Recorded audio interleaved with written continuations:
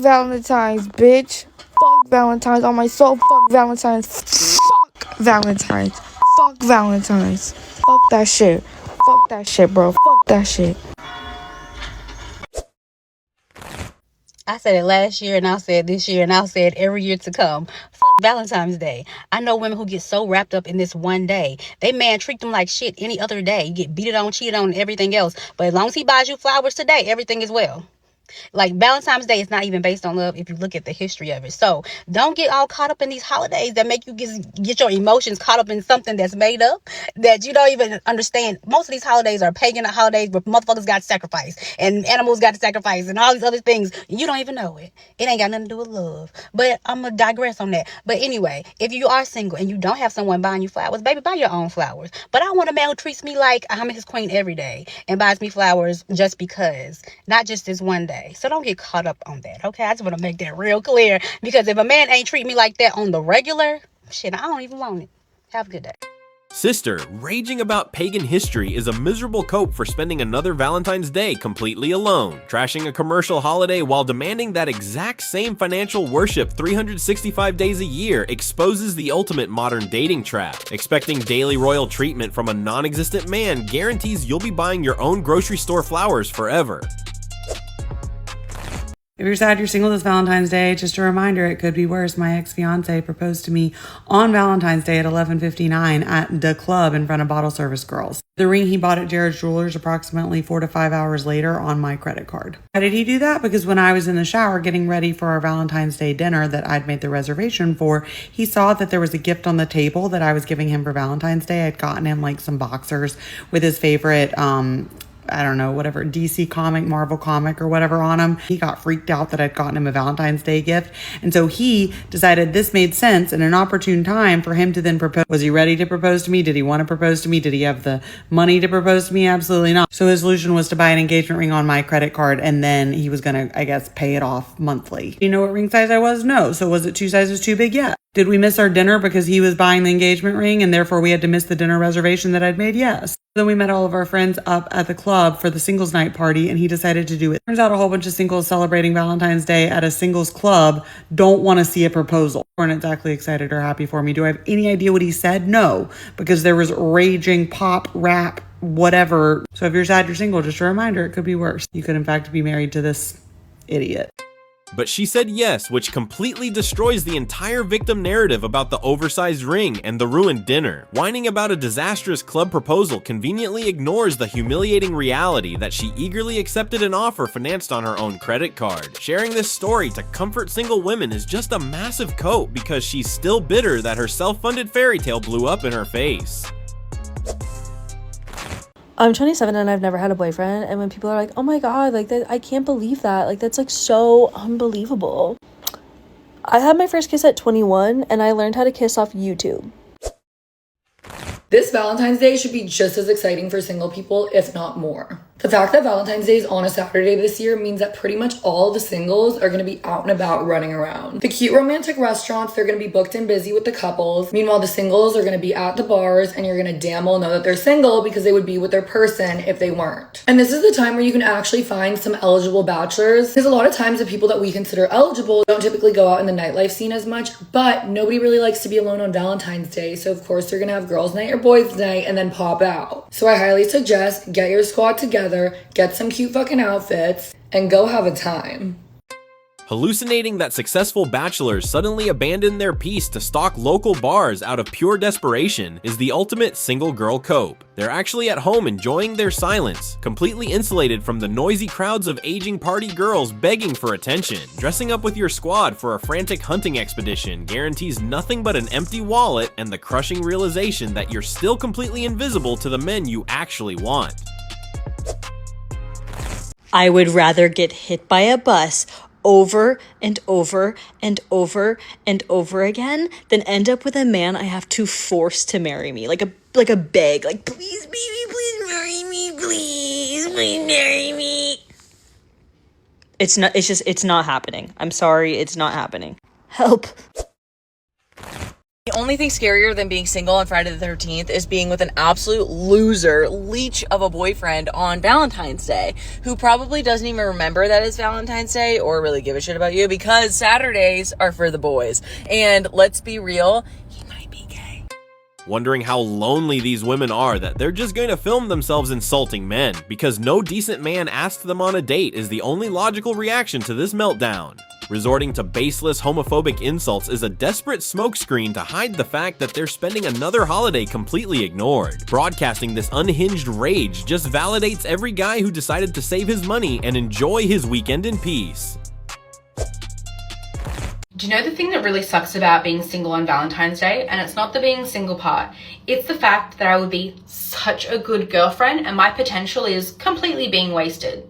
One of my love languages is acts of service. I love doing things for people that I know would make them happy or that would bring them joy. If I had a man this time of the year,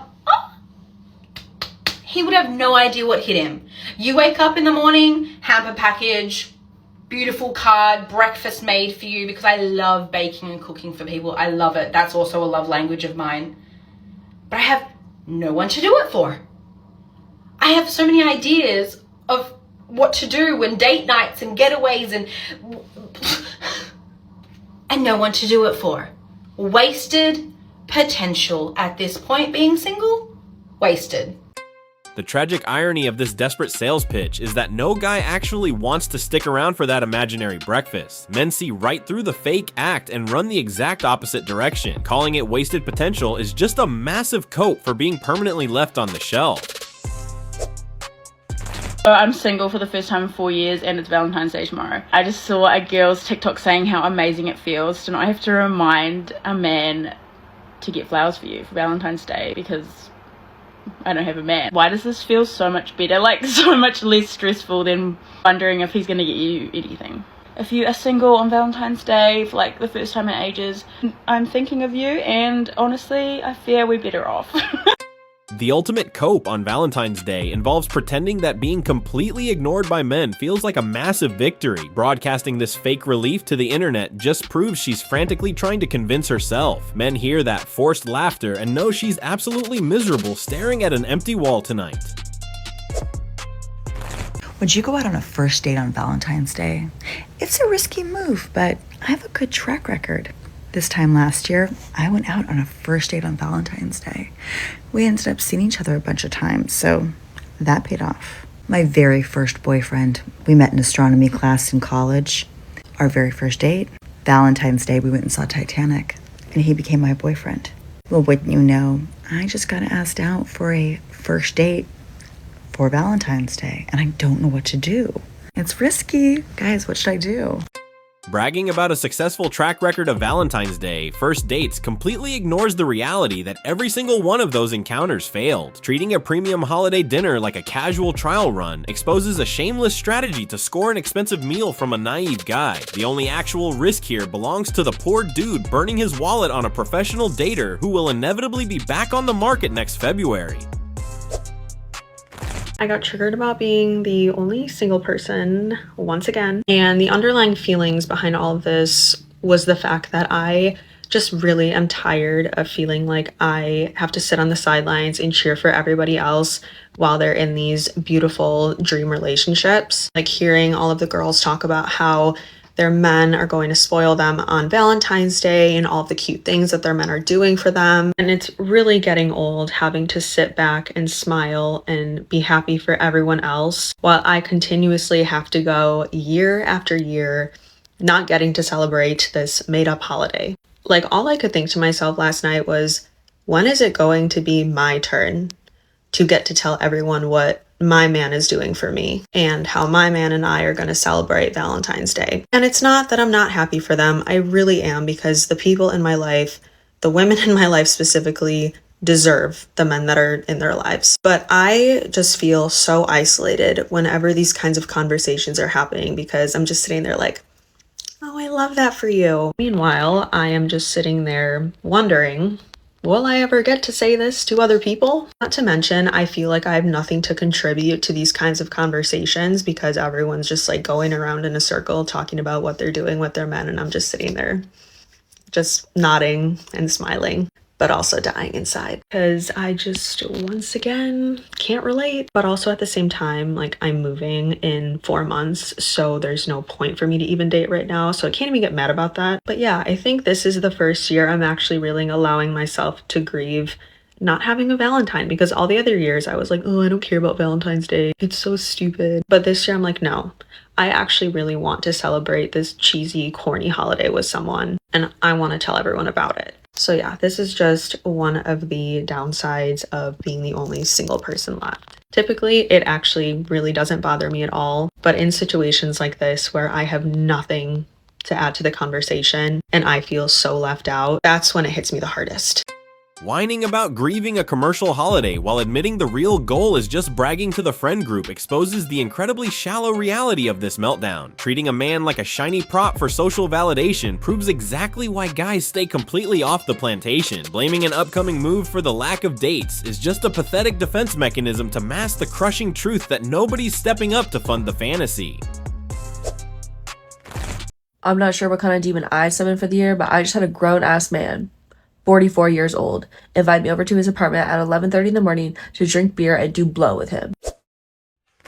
This is your reminder that being single on Valentine's Day is still better than being unhappy in a relationship. Can confirm I've cried multiple Valentine's Days with different boyfriends. I've never cried on Valentine's Day single. Like, literally ever. You're in your feels and you're seeing everyone post, or Valentine's Day is coming up and you're thinking, oh my God, like, why don't I have a boyfriend? Why am I single? Just know that anything you're seeing on social media is like this much of a relationship and not always reality. And Valentine's Day is for the girls. Do something cute with your friends. Like, honestly, that's way better and cuter and you'll be way more fulfilled. I promise.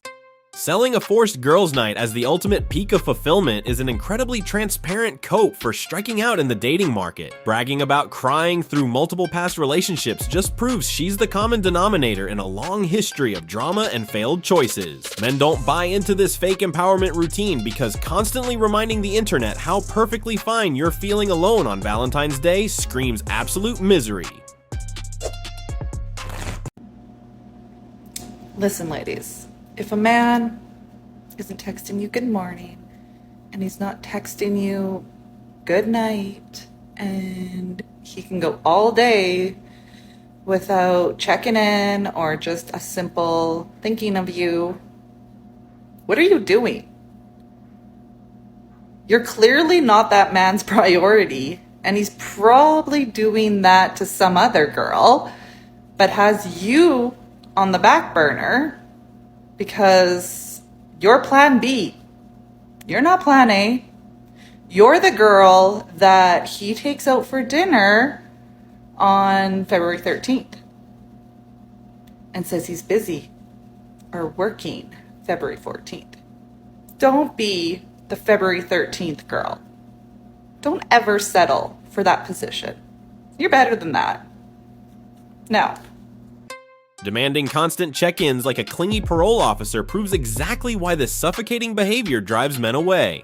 Whining about being the backup plan ignores the brutal truth that successful guys simply won't reward this massive entitlement with an expensive dinner. Broadcasting this level of deep insecurity guarantees a permanent spot on the back burner while men enjoy their weekend in peace.